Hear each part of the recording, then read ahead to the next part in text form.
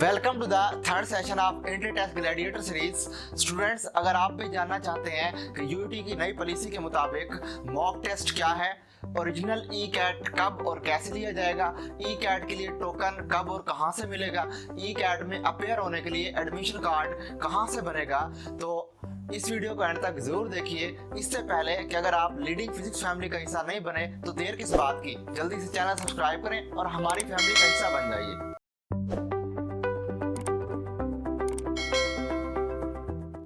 Welcome to the third session of entry test gladiator series. देखें students, आज हम इस थर्ड सेशन के अंदर क्या कुछ देखने वाले हैं। सबसे पहले तो मैं आपको ये बता दूं कि ये सेशन हमारा बड़ा शानदार सेशन होने वाला है और इस सेशन के अंदर हम यूईटी की नई पॉलिसी को डिस्कस करने वाले हैं, जो लेटेस्ट बिल्कुल अभी ही यानी कि आज ही ये अपलोड हुई है। अब उसको देखते हैं। सबसे पहले तो मैं आपको ये बात क्लियर कर दूँ कि इसमें जो भी बंदा नॉन मेडिकल का होता है या आईसीएस का, उसको बीएससी इंजीनियरिंग या बीएससी इंजीनियरिंग टेक्नोलॉजी में एडमिशन लेने के लिए कॉमन एंट्री टेस्ट देना पड़ता है। क्लियर बात ये। और इस मर्तबा तारीख में पहली मर्तबा यूईटी ने वर्चुअल यूनिवर्सिटी के साथ कोलैबोरेशन करके अपना टेस्ट ऑनलाइन कंडक्ट करवाया है। तो अब हम कुछ उनके अंदर प्रोसीजर्स हैं उनको देखने वाले हैं कि इसके अंदर क्या क्या प्रोसेस होगा। और दूसरा पॉइंट ये कि चूँकि ये टेस्ट ऑनलाइन है तो ऑनलाइन टेस्ट के दौरान हमारे लिए इस मर्तबा ओरिजिनल ई कैट टेस्ट से पहले एक मॉक टेस्ट भी लिया जाएगा हमसे, हमें प्रिपेयर करने के लिए।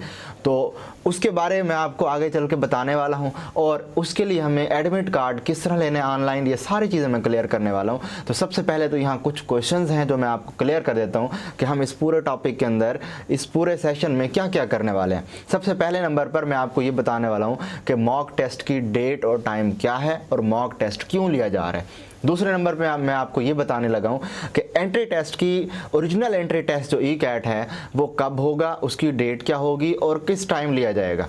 उसके बाद ये नेक्स्ट चीज़ कि जब एडवर्टाइजमेंट आएगी, एडवर्टाइजमेंट आने के बाद नेक्स्ट बच्चों का क्वेश्चन ये होता है कि हमें एंट्री टेस्ट के लिए एडमिशन कार्ड लेने के लिए हमें टोकन कैसे लेना पड़ेगा, किस तरह लिया जाएगा।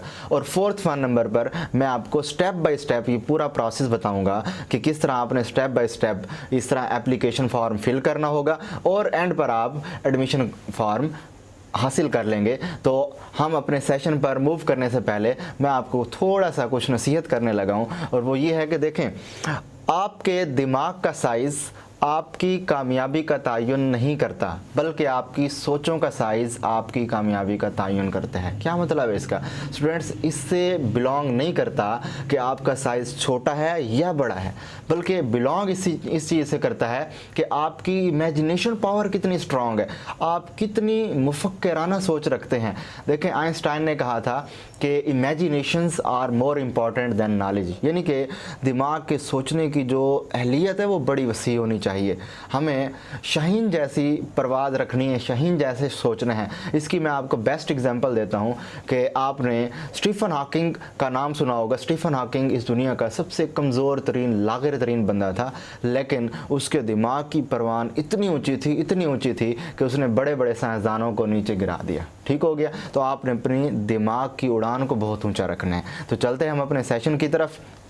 इस सेशन में देखें सबसे पहले कि mock test date and time क्या है। देखें, मॉक टेस्ट लिया क्यों जा रहा है, क्योंकि आपको पता है कि ये तारीख में पहली मर्तबा ये ऑनलाइन टेस्ट हो रहा है और उस टेस्ट में बहुत से लोग ऐसे होंगे जिनको कंप्यूटर चलाना ही नहीं आएगा। बहुत से लोग देहात से, विलेज से होते हैं और मोस्टली शहर में रहने वाले लोगों को भी मोस्टली इस तरह कंप्यूटर को अच्छे से इस्तेमाल करना नहीं आता।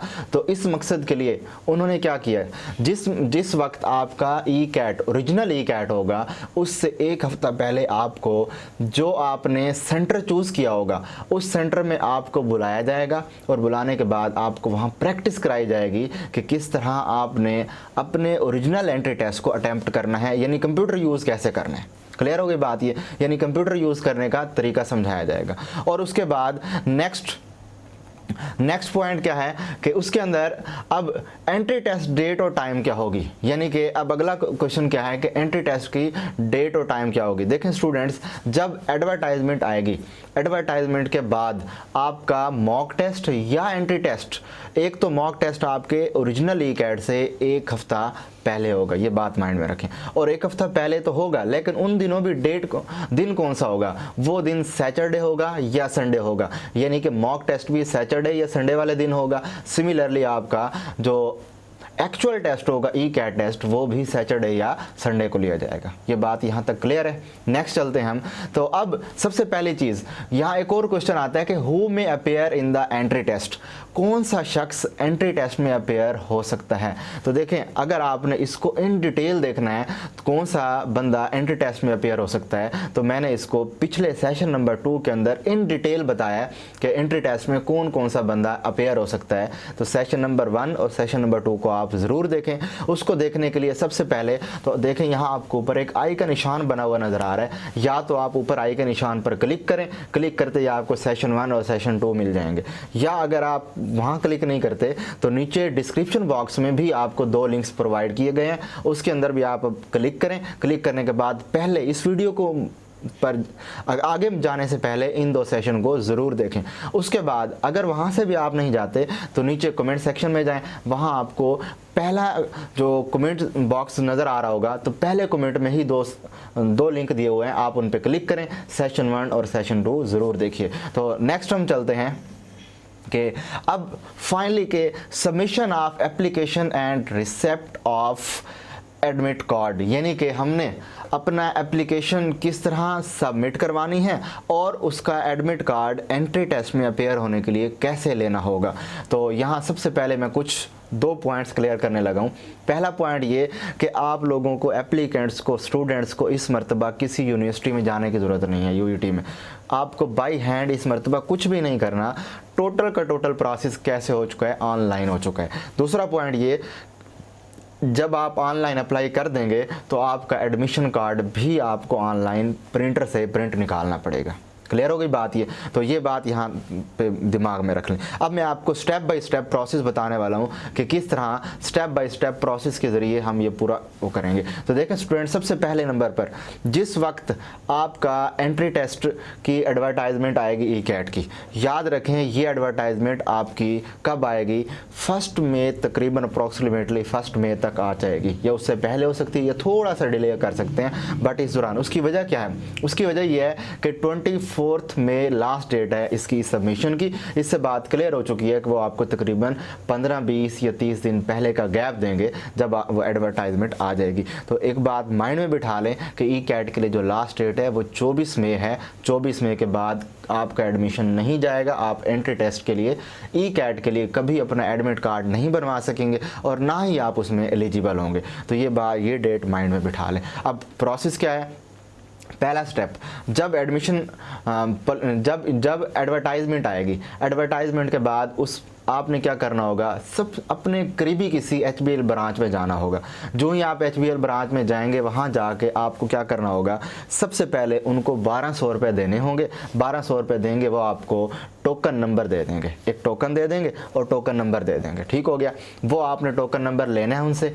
लेने के बाद आपने अपने घर के करीब किसी भी इंटरनेट वाले के पास चले जाना है, या अगर आपके घर में नेट की फैसिलिटी प्लस प्रिंटर मौजूद है तो आप अपने घर में ही यही प्रोसेस करेंगे। ठीक हो गया। तो वहाँ जाके आपने नेट वाले को कहना है कि भाई साहब, आप मुझे ये टोकन नंबर है मेरे पास, मेरा आप ई कैट में एडमिशन के लिए अप्लाई कर दें। ठीक।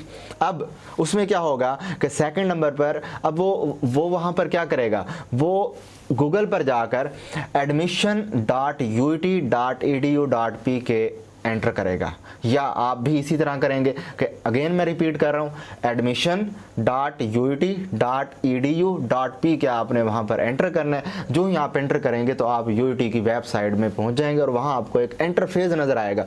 उस इंटरफेस पर आपसे क्या मांगेगा, वो इंटरफेस पर आपसे टोकन सीरियल और टोकन नंबर मांगेगा। वो कहाँ से आया होगा, वो आप बैंक से 1200 रुपये देकर ले आए होंगे। क्लियर बात ये। तो अब ये जब 2 पॉइंट्स क्लियर हो जाएंगे, आप उसमें जो ही टोकन नंबर और टोकन सीरियल इंटर करेंगे तो सीरियल इंटर करने के बाद एक इंटरफेस, एक फॉर्म ओपन हो जाएगा। उस फॉर्म में वो आपका रिक्वायर्ड डेटा मांगेगा। उस रिक्वायर्ड डेटा के अंदर आपका नाम होगा, आपके वालिद का नाम, आपका CNIC, उसके अलावा यानी कि आपके मैट्रिकुलेशन मार्क्स आपके फर्स्ट ईयर के मार्क्स होंगे। याद रखें सेकंड ईयर के मार्क्स नहीं लेगा, चूँकि उस वक्त तक आपका सेकंड ईयर का रिज़ल्ट नहीं आया होगा। ठीक हो गया। तो वो इंटर करने के बाद नेक्स्ट प्रोसेस आएगा कि वो आपसे पासपोर्ट साइज़ फ़ोटो लेगा। सबसे अहम नुक्ता बता रहा हूँ, इसको माइंड में बिठाएं। वो आपसे पासपोर्ट साइज़ फ़ोटो लेगा। पासपोर्ट साइज़ फ़ोटो जो लेनी है आपने वो कौन सी होगी? वो कलर्ड पासपोर्ट फ़ोटो होगी। और याद रखें कि उसका जो बैकग्राउंड होगा वो लाइट होगा, डार्क नहीं होगा। अगर आपने डार्क बैकग्राउंड वाली तस्वीर लगा दी तो वो तस्वीर आपकी एक्सेप्टेबल नहीं होगी। हाँ, अगर यहाँ एक्सेप्टेबल हो गई तो आगे यूनिवर्सिटी में जाके आपके एजुकेशनल रिकॉर्ड में इशू आएगा। इसलिए ये बात नुक्ता माइंड में रखें कि आपने जो तस्वीर लेनी पासपोर्ट साइज़ वो कौन सी होनी चाहिए, पीछे जो बैकग्राउंड हो वो लाइट होना चाहिए। और सबसे अहम नुक्ता कि आपकी जो तस्वीर है वो JPG या PNG फॉर्मेट में होनी चाहिए और उसका साइज़ 1 MB से कम या 1 MB हो, उससे ज़्यादा नहीं होना चाहिए, वरना आपकी तस्वीर अपलोड नहीं होगी। ठीक हो गई बात ये। अच्छा, उसके बाद ये वाला जो ये होल प्रोसेस है, ये सारा का सारा प्रोसेस 24 मई से पहले आपने कर लेने हैं आफ्टर एडवर्टाइजमेंट। ठीक हो गया। और जब एडवर्टाइजमेंट आएगी मैं आपको तब भी एक वीडियो बनाकर क्लियर कर दूंगा। इसलिए आपको इस वीडियो के साथ कनेक्टेड रहना है और चैनल को सब्सक्राइब करके बेल आइकन को ज़रूर प्रेस कर लें, ताकि जिस वक्त ही एडवर्टाइजमेंट आए मैं फ़ौरन आप मेरी वीडियो देखें और उस वीडियो के अंदर मैं आपको टोटल प्रोसेस बताऊँगा कि किस तरह आपने ऑनलाइन इसको जाके टोकन लेकर आना है, और सारा प्रोसीजर मैं उसमें करके दिखाऊँगा आपको बाकायदा प्रैक्टिकली। तो नेक्स्ट अब हम चलते हैं कि इसमें क्या होगा। एक और प्रिकॉशन बता दूं कि अगर आपने फ़ोटोग्राफ प्रॉपरली नहीं लगाई तो आपकी वीडियो अपलोड या तो नहीं होगी, अगर अपलोड हो गई तो आगे एजुकेशनल रिकॉर्ड में इशू आएगा। क्यों? क्योंकि यही this photograph will become a future reference as part of official record, चूँकि वही फ़ोटो आपकी ऑफिशियल रिकॉर्ड का हिस्सा बन जाएगी। इसलिए आपने फ़ोटो की सिलेक्शन लेटेस्ट हो और लाइट बैकग्राउंड वाली हो, ताकि आगे आपको कोई इशू ना आए। ठीक है। अच्छा, एक और यहाँ सबसे अहम पॉइंट बता रहा हूँ कि एक मरतबा जब आपने अपनी फ़ोटो एंटर कर दी, एंटर करने के बाद एक मरतबा आपने प्रिंट निकाल लिया अपने एडमिशन कार्ड का।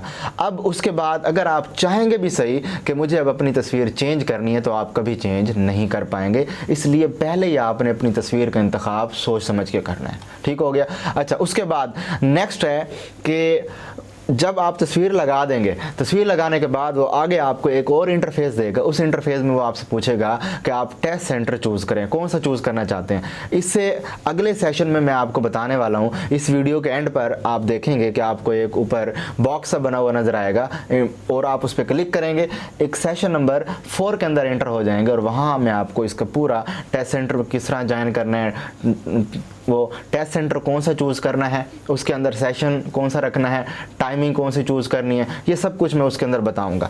जब आप टेस्ट सेंटर उसमें चूज़ कर लेंगे उसके बाद आपका एडमिशन कार्ड निकल आएगा। क्लियर हो गई बात ये। अब उसके बाद अगेन रिपीट कर रहा हूँ कि ये सारा का सारा प्रोसेस एडमिशन कार्ड निकालने का, एडमिशन कार्ड लेने का, ये 24 मई से पहले हो जाएगा। तो आपने 24 मई से पहले ही ये इसको प्रोसीड कर लेना है। और सबसे अहम बात यहाँ कि अगर फ़र्ज़ करें आपने एक मरतबा अपना एडमिशन कार्ड प्रिंट निकाल लिया, तो प्रिंट निकालने के बाद अब वो प्रिंट आपसे गुम हो गया एडमिशन कार्ड, तो आप अगेन तब तक आप अपना एडमिशन कार्ड वहाँ से प्रिंट निकाल सकते होंगे जब तक आपका ECAT का टेस्ट कंडक्ट नहीं हो जाएगा।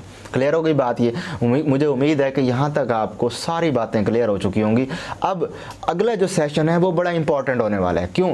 क्योंकि अगले सेशन में मैं आपको क्या बताने वाला हूँ। देखें, अगले सेशन में सेशन 4 के अंदर मैं आपको ये बताने वाला हूँ कि आपको कौन सा टेस्ट सेंटर की चॉइस करना है और कौन सा टेस्ट सेंटर आपके लिए सूटेबल रहेगा, कौन सी टाइमिंग आपके लिए सूटेबल रहेगी। दूसरे नंबर पे मैं आपको ये बताने वाला हूँ कि एंट्री टेस्ट के मुतालिक की पॉइंट्स क्या हैं। तीसरे नंबर पे मैं आपको इस सेशन में बताने वाला हूँ कि आपको एंट्री टेस्ट देने के लिए जाने के लिए वहाँ जब आप वर्चुअल यूनिवर्सिटी के कैंपस में एंट्री टेस्ट देने जाएंगे तब वहाँ आपको कौन से डॉक्यूमेंट्स रिक्वायर होंगे, कौन सी फ़ोटो आईडीज़ रिक्वायर होंगी। और फाइनली इस अगले सेशन में मैं आपको बताने वाला हूँ कि कौन सी इंपॉर्टेंट इंस्ट्रक्शंस हैं, उन इंस्ट्रक्शंस को भी आपने अच्छे से सुनना है।